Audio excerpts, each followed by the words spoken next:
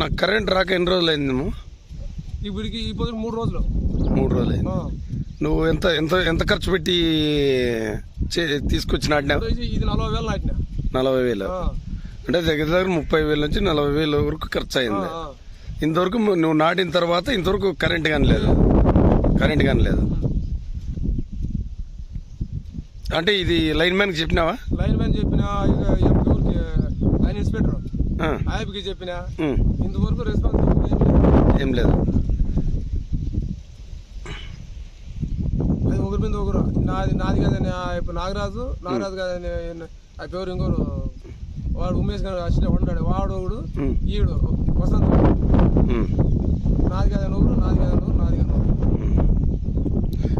Current bill అయితే correct కట్టేసినావు, అన్ని కట్టావు.